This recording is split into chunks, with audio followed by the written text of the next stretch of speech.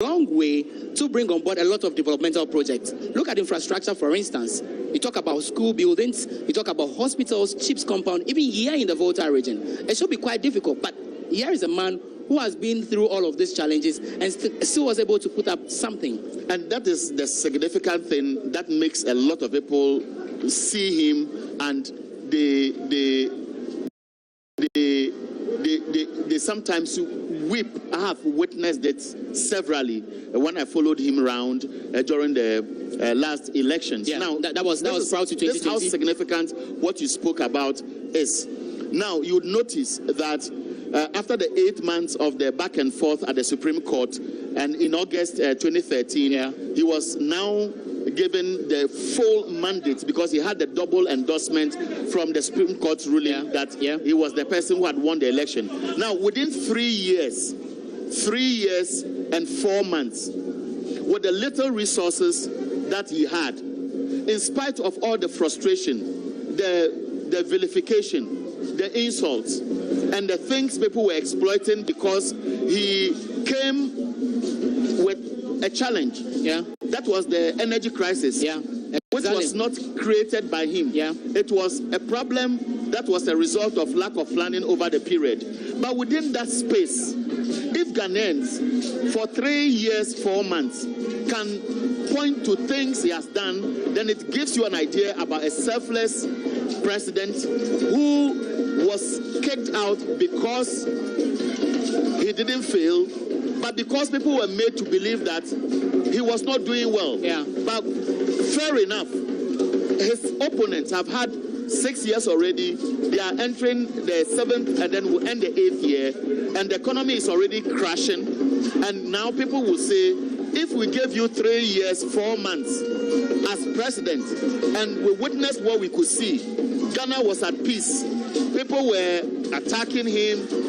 People were making false allegations against him.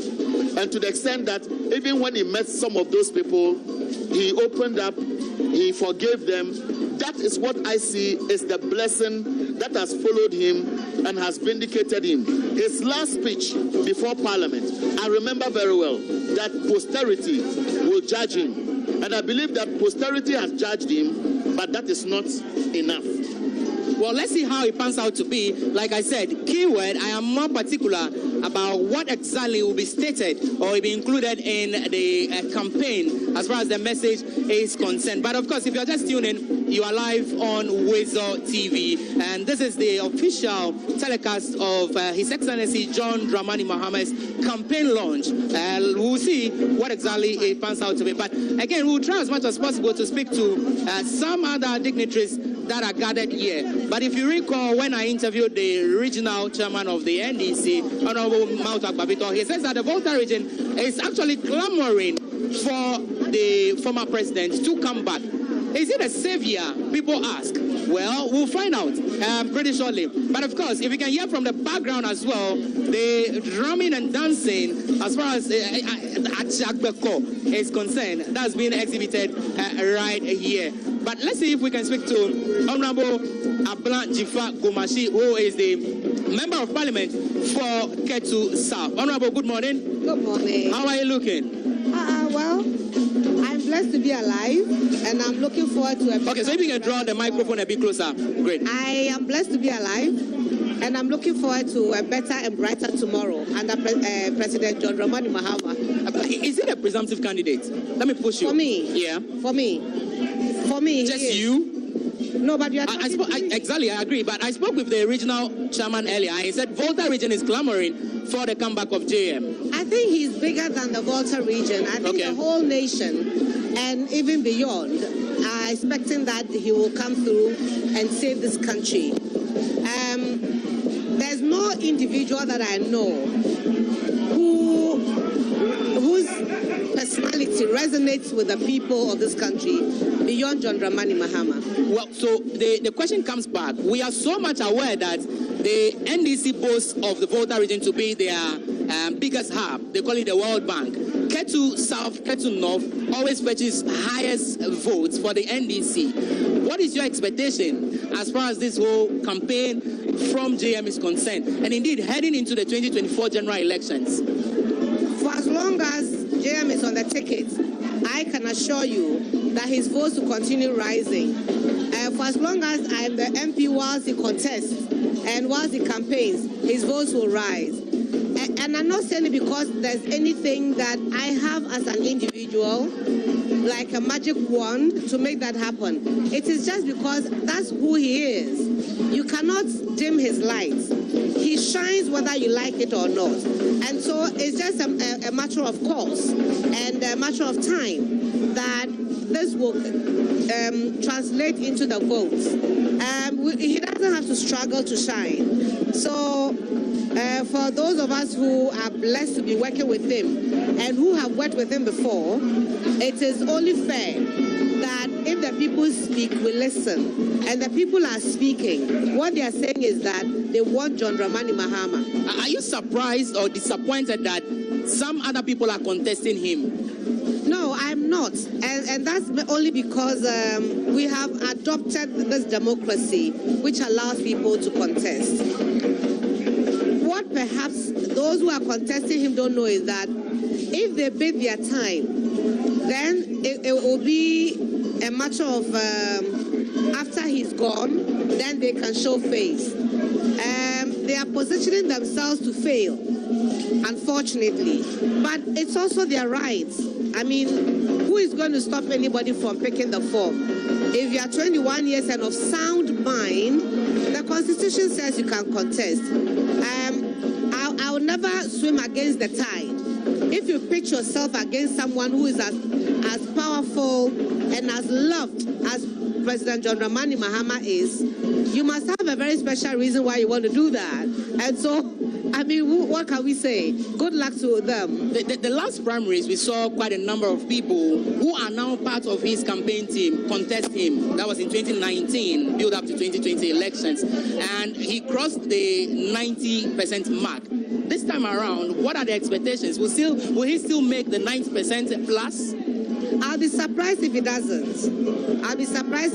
But hey, politics has a lot of surprises. But from the as Mr. Speaker, Right Honorable Albankis for Agbagu says, if you feel the temperature of the country, it seems to me like he will cross what he did in 2019. There's a personal question to you anyway. How do you feel being contested by some other people in your constituency? Do you have the hope you will sail through? I will. Is it that easy? I am the people's mother. I am the mother of Katu South, and nobody's going to take that away from me. At the end of the day, what will be your percentage? You can say that into the camera.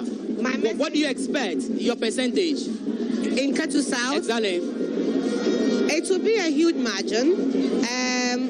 Like a Katu Miafonama, Miano, Maro Mama, Marote, Maroda, Abla, Chifa, Gomashi, Mama Jamadogbato, Badwa Bantinami. Ada alaji nkeka dodoga for miaga wenam zada abalia miwena miatuidaji agatuidaji. Thank you so much, Honorable, for speaking to us. Thank you. So there you had the Member of Parliament for Ketu South, Honorable Abla Jifa Gomashi, also adding her voice to the whole program. I mean, so gradually we are getting the momentum. Gradually we are heading there. People are coming in. Dignitaries are coming, and a lot of fanfare is ongoing. But we are actually waiting for the main time where His Excellency John Dramani Mahama will join the crowd. And of course, we'll wait to hear his message. Before Eric joins, let me still go through some of the data that we actually put together. If you recall, President John Mahama is one of Africa's most followed leaders on the social network. It's actually one thing that I so much cherish about him. His presence on social media is so excellent. He even responds to some of the messages that people do send on social media. Again, if you recall, in May 2019, on Sunday, he led the AU Election Observation Mission to Malawi to hold meetings with 4 of the presidential candidates in the Tuesday's tripartite elections. And quite a number of things we need to know about the man, H.E. Dramani. Yes, we'll be telling a lot of stories about him, but I've seen the MP for North Town, Honorable Samuel Okudzeto Ablakwa. And so I'll be speaking to Samuel Okudzeto Ablakwa shortly. This is Wezo TV. We are live from Sokode in the Volta region near Ho, University of Health and Allied Sciences, where the former President John Dramani Mahama will officially be launching his campaign. Lots of activity here. And when you come to the Volta region, the signature tune is Bobobo. And while we are having this conversation, I'm watching wastes being wriggled here and there out of excitement. Honorable, that's how I want to welcome you to. It's an awesome welcome. Of course, awesome welcome. Now I can really enjoy them. I'm sure the cameras will pick them. How exciting is it to have this event taking place? Absolutely excited, and I must salute the former president for choosing our region. We are so excited. I know that all 16 regions will really love to host his campaign launch. This is a former president who has so much to celebrate, who has done so much for Ghana. His footprints are in every region, every capital, every constituency, every district. And so when he decides to choose your region to launch his campaign, you must feel really blessed. And we are really blessed. We are blessed also because we consider ourselves the World Bank. The fact speaks for itself. Our electoral performance speaks for itself. We have been very, very consistent. We only slipped in one constituency, Hohoi, which we are going to take back. All the 17 constituencies remain formidably NDC and strongly behind the former president. We have declared full support as a region from the regional executives, constituency executives, the MPs caucus of the Volta caucus in Parliament have all declared unflinching, loyal, and total support to former President John Dramani Mahama. And so we are really, really excited that he has chosen the Volta region to launch his comeback. The former president should have gone unopposed. Nobody should have contested him. But it's a democratic party, and being a consummate Democrat himself, a Democrat par excellence, he is always open for competition. But I know that he is not going to emerge out of this contest with anything less than 95% at the national level. That has been my prediction even before the year began. And somebody would just say it for the lighter side, that this prediction should not be like other posters and their predictions. Oh no! But you have worked with John Mahama before. If you were giving testimony about the man John Mahama and why under 3 years, 4 months, don't forget the election petition. Yes. He appears to have lived his story when he told Ghanaians that posterity will judge him. What testimony can you bear? When you work with President Mahama, he is a man of integrity. He is a man who loves his country deeply. And I don't say this because I'm NDC. He gave me the opportunity to serve in his government. But God knows my heart.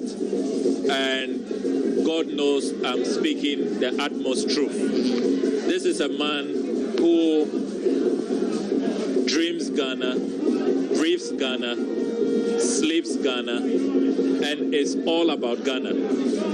Where we are today, if I tell you the sleepless nights, he will always call us. How is UHAS going? We promised the Volta region a public university. The Volta region does not have a public university. I am determined that this promise we made must be fulfilled. Sami, be on it. Go there. Give me reports. Let's know how it's going. He will personally come here, inspect the work, engage with contractors, and you can talk to the workers. You can talk to the faculty. Professor Binka, who was the foundation vice chancellor of this university, President Mahama will call. President Mahama will pay personal visits. And you see, when he came to do the commissioning, remember that Professor Mills cut the sword, and then we had some delays, challenges with financing. he took over, he made sure that he completed it in record time. And when he came to do the commissioning, I remember fondly how he said that all the critics, because at the time, the opposition press, led by the Chronicle, led by the Daily Guide, said that this project is a pipe dream, is a castle in the sky. It will not be achieved. And that since Professor Mills cut the sword, it's been overgrown with weeds, all kinds of reptiles have taken over. The project will not materialize. It was just deception. The former president, President Mills, and then Vice President Mahama have deceived the chiefs and people of Ho and Sokode for that matter.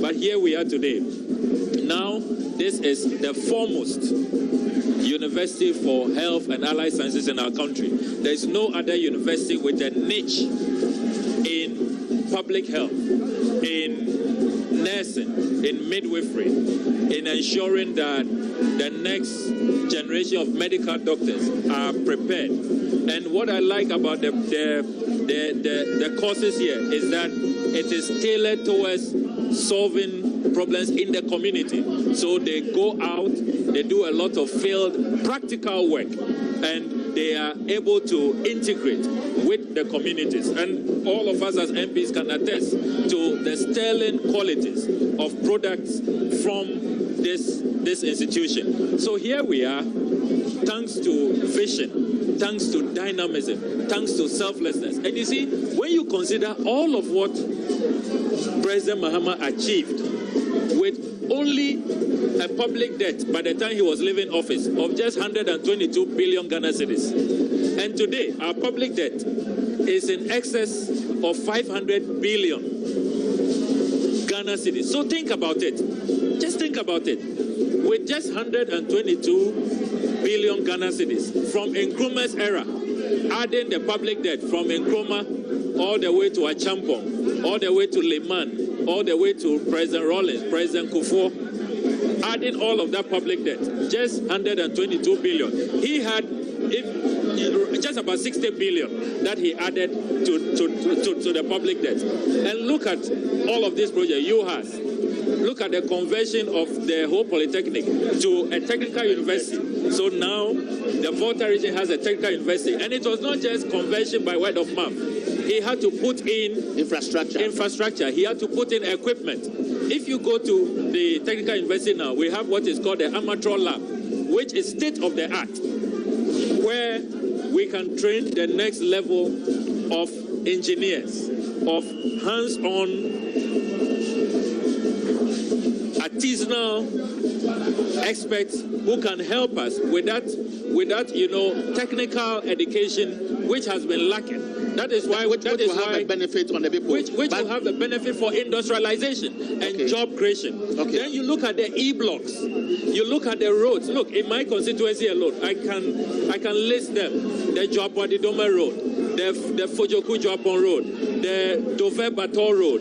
I believe I can go on and on and on. And I believe that the story will be told when he begins his campaign. But in a minute, if you can do this in a minute, a difficult question for you to do in a minute. Many people, especially his opponents, are trying to create the impression that with the current crisis we are facing, he's not the right person to solve it. How do you feel when you hear such people make such sarcastic comments? You see, when there are so many opponents, and yet the MPP decides to focus on only former President Mahama, they should tell you they know who the threat is. They know who will defeat their candidates very easily. President Mahama is tried and tested.